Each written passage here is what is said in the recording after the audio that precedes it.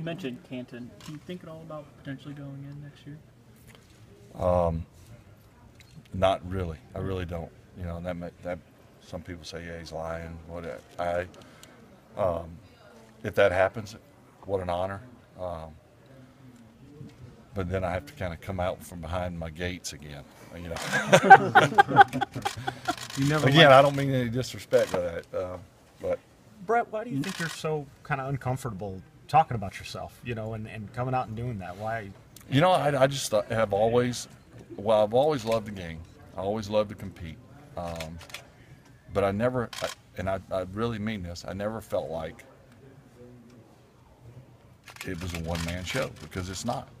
And, you know, I've done a lot of things that people go, wow, you know, how did he do that? I've done a lot of things that, you know, they go, why did he do that? You know, but for the most part, it's all team related. And I just always felt uncomfortable being labeled with wins and losses.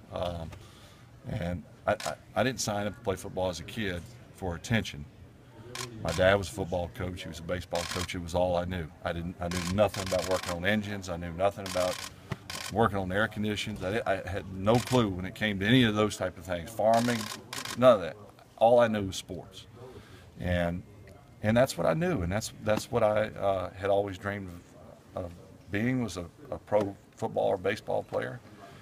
I never thought about attention or being here in this setting, awards, Pro Bowls, things of that nature. I dreamed of playing in Super Bowls. I dreamed of running out on the field as a Saint, being Archie Manning or Roger Staubach, and what it would be like playing those games. But I never dreamed of the other stuff. And so that's, you know, it wasn't ever on my list of things that I, you know, when I get to the Hall of Fame, my career's over. It was never like that.